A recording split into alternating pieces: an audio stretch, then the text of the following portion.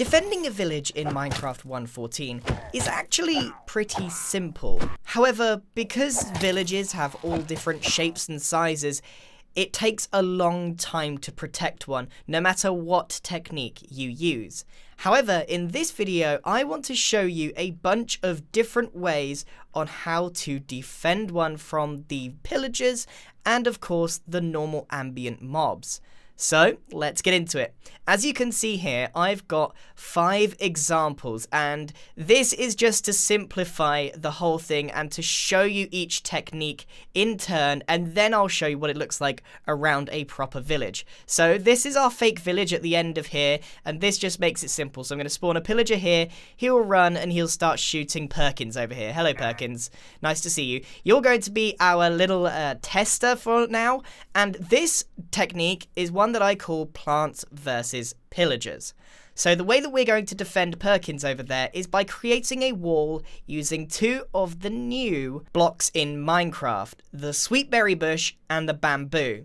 Now, each one of these has varying degrees of success.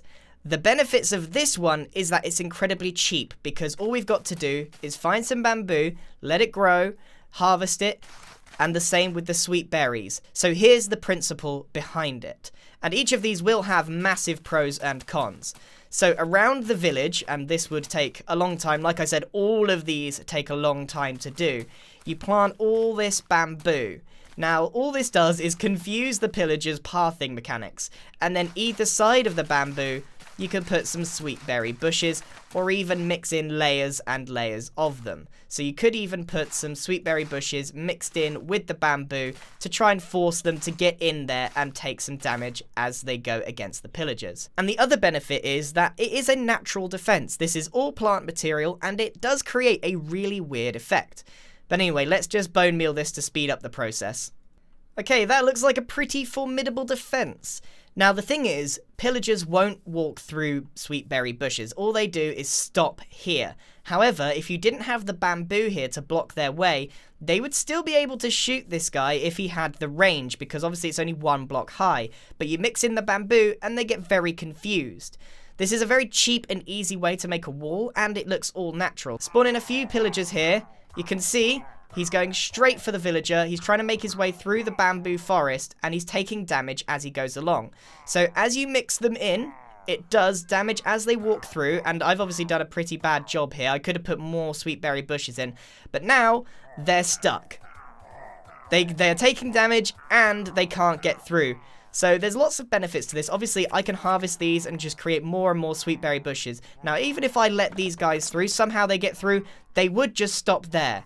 However, obviously, if they can see me, they will start shooting. But if they're just jumping like that, it gives you the free ability to just shoot them through the gaps in between. Although, be careful, because they might shoot back. So, if you created a really big wall with all the sweet berry bushes and bamboo, they would probably take enough damage to actually die from these. But it is quite a lengthy process. Perkins, I believe you have lived to tell another tale. But what does this actually look like in a real scenario? So let's go and cover a real 1.14 village with this wall defense. And let's see who wins in plants versus pillagers. So I'm going to take the bad omen effect into my village surrounded by the berry bushes and the bamboo. The raid actually ended up not working. I'm in a flat world and I just struggled to get it going. So I actually just spawned them in with eggs. It's exactly the same thing. They locked onto the villagers and it worked. Surprisingly, they can shoot through the bamboo, so you might have a couple of casualties. The problem is the Ravager. He doesn't care at all. So the pillagers get stuck, some of them may even die, but the Ravager just sticks around. Okay, so not a perfect design.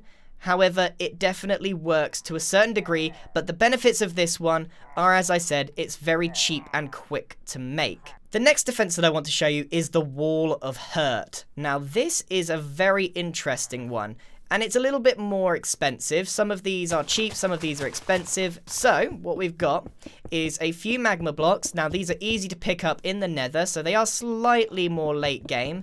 I know some people don't like going into the nether at all, but what you do is 2 lines of magma blocks with a block in between. You put pressure plates over them, so these walls have to be completely straight, and then you add a lava bucket in between. What this does is creates a barrier of defense. So if I place the pillagers here, they should go and see it, and then they'll stop when it hits the lava, and then they'll take damage from the magma blocks as they stand there. Obviously, they can still shoot over here. Now, who have we got here? We've got Clementine. They're safe because of the distance. So if you're going to build a wall like this, it's got to be a fair distance away from the village itself. Now, you might be wondering, why am I doing this and not just magma blocks with berry bushes? It would be exactly the same. Well, the issue comes along when we have Ravagers into the mix, because obviously a raid isn't just pillagers. They have Ravagers as well. And the Ravagers actually act a little bit differently. They will stop when they hit magma blocks, so he's not actually going to walk over it at all, which is a bit of a shame. Ravagers cause a real issue when we're doing our defense systems. And we're going to come back to that later, because it's actually a bit of a nightmare to get these guys to walk across. So this is a pretty unique way of dealing with the pillagers, and if you don't want to use lava, because that is a lot of lava... Uh-oh. No, Clementine! No, no, no, no, no, no, no, no, no, oh, I didn't do this very well. So if you have a sweet berry bush, you have exactly the same effect. They will stop, and then they'll take damage on the magma blocks. But the lava bucket is definitely a faster way to deal with that. So that's a cheaper way of dealing with it, and there's multiple ways in which we can use the magma blocks. I don't think I need to show you this in an example one, because I think this one is fairly straightforward. You just have to do a big square around your village, and make sure that there's enough distance between them. Next up is a trench. So in my eyes, there's 2 easy ways to defend the village. There's the wall and there's the trench. We'll get to the wall a little later on, but the trench. So I've done a few bits of experiments on this, and creating a trench is actually pretty time consuming. Even just mining out this tiny little trench here, it takes a little time. So imagine this on a full-scale village. You're talking hours and hours of digging. The good news is that you don't need much. All you need is a small pit. So the main issue with this trench is most of the pillagers will stop. Some of them will walk in, so let's do a little example. We got pillagers, and they will attack each other and push each other in, but for the most part they stop, and particularly the Ravager. He will not go across at all. So you can see that they might push each other in, but it's not the most efficient. You can't guarantee it, and if there's a villager here, they're just going to fire straight at him because they can see and they'll shoot over the trench. But you can see that this is effective, but there's a much better way to do this, and I think you'll be a bit surprised at how this actually works. So let's get rid of these guys and redesign this trench. So obviously this is a lot of excavating, but what I've done is I've basically created a staircase down. Now it has to be 2 blocks at a time, otherwise the Ravagers won't walk down it. And this is really stupid, guys. So basically, if I spawn in the pillagers, hopefully they see them, they just walk straight into the magma blocks, they get stuck here, and then they just take loads of damage. And it's the same with the Ravagers. All they do is they see the villagers, they walk straight down, and then once those pillagers are gone, he will then take damage as well.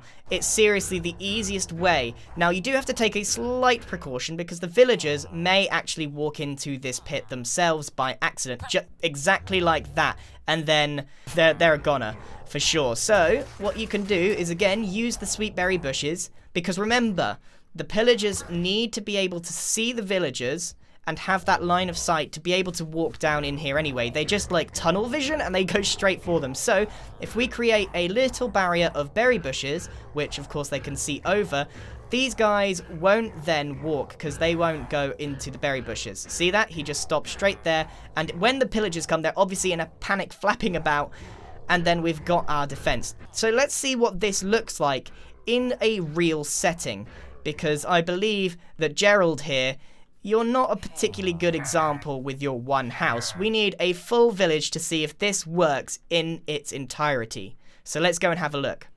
I spent a long time preparing this. Again, we're in a flat world just to make things a little bit visually clear. And you can imagine that if you had a village in a normal survival world, just how long it would take to excavate all of this out and then put all of those magma blocks. Huge amount of time. However, this is by far the most effective defense that I've come up with so far. The pillagers walk straight in, so do the ravagers.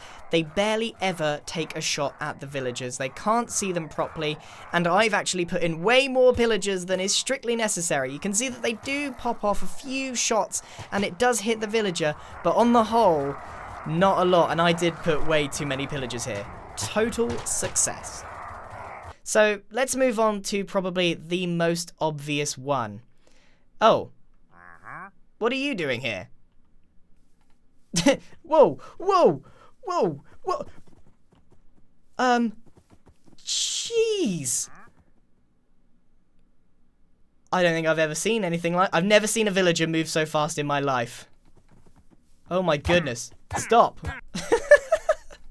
Well, anyway, this is pillagers versus 2 blocks of dirt. And unfortunately, this is the easiest and, I guess, silliest way of defending. You literally just create a wall around your village. Literally just a wall. That's it. You don't even need 3, just 2 blocks of dirt. If I spawn the pillagers in, they can't even see our villager over here. So Olivia here is just chilling, and the pillagers will forever just stay outside of this wall. Now, obviously, the wall is the easiest way. You can easily gather enough dirt to do a 2-high wall, but we can do so much better than that. We can make excellent looking walls. So let's go and take a look at an example that I made earlier. So here we have one in an actual survival world this time, and I've created a sandstone wall to try and fit it in, and maybe I'll do a video later on which is actually it, and ultimately it's exactly the same as a 2-high wall of dirt. However, I've made it match the theme and fit in quite nicely, and let's spawn in a few pillagers to see what they do. They go straight for the iron golem that's on the outside, and this could work really well. If you popped a few iron golems on the outside of your walls, then they can take care of the raids for you while the pillagers completely ignore your villagers. However, these pillagers will eventually take care of this iron golem, and then they actually just give up. They just don't see the villagers because of the wall in the way, which is absolutely amazing. They don't care at all. So this is an extremely effective and cheap way of doing this.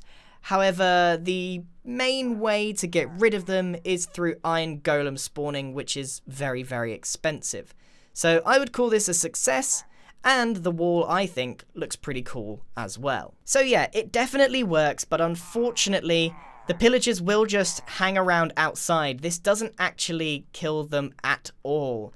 So, as far as it goes, it's effective, but not that effective because you haven't actually got rid of any of them.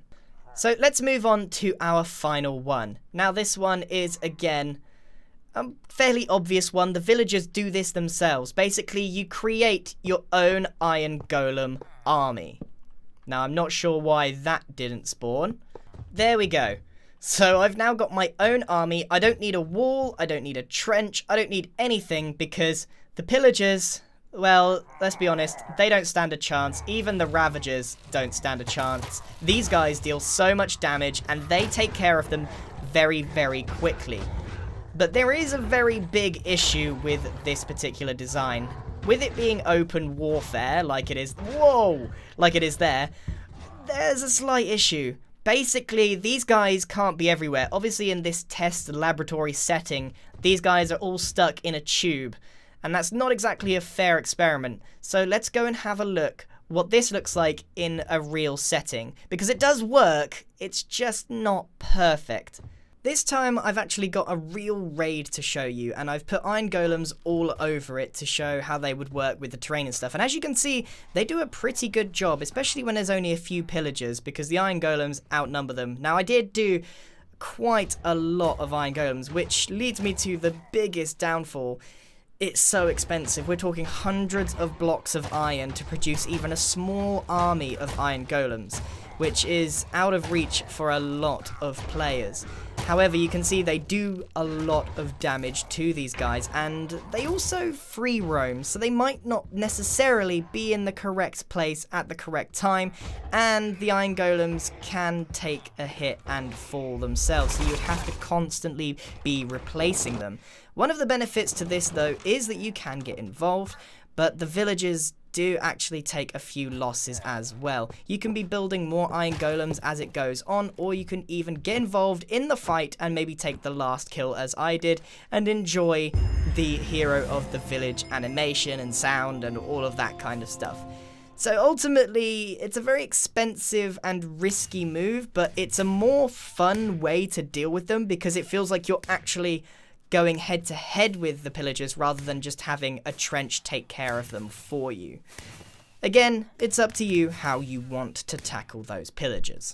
So that is it for my defenses. There are loads and loads of ways to do this, and probably more than I've shown here. You've got your plants versus pillagers, which is my favorite kooky one, but maybe not the most effective. We've got the Wall of Hurt, which is pretty effective at killing them, more so than that one, and not so expensive, but it does have to be a square. And then we've got the absolutely most efficient one, and time efficient, is the Trench of Pain, as I've called it. This is probably the most eloquent design and most useful one, as the pillagers will just walk in there. And then we've got the Too High Wall of Dirt, which is effective, if not a little disappointing. And then finally we've got the Iron Golem. But remember, none of this matters if you don't light up your village, because a village will not even survive one Minecraft night with all the zombies that spawn. So make sure you torch it all up first before you even consider trying to defend it from raids. Well, that's it from me, everyone. I hope you enjoyed this video, and I hope some of these defenses work for you. Just make sure that you choose the one that's suitable for you. There's no point in taking on the trench challenge if you haven't got time or the resources to make that one. Maybe you want the easy way out and want to do plant versus pillager, or maybe you just want to do a 2-block high wall of dirt. Any of these will work, but hopefully your villagers survive the bad omen effect. Thank you very much for watching, and goodbye!